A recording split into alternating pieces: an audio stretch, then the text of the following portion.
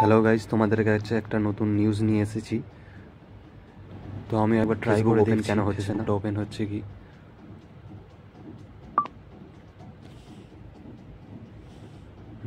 না। ফেসবুক তো ওপেন হচ্ছে না কোনোভাবেই।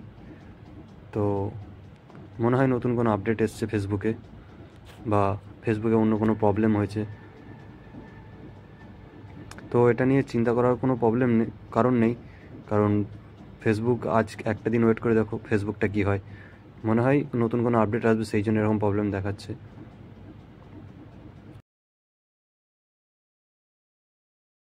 ফেসবুক যদি ব্যান্ড হয়, তো আগে থেকে কোনো নিউজ দিত ফেসবুক থেকে যে ব্যান্ড হবে বা কোনো কিছু এরকম সেরকম কোনো কিছু নিউজ আগে থেকে আসেনি।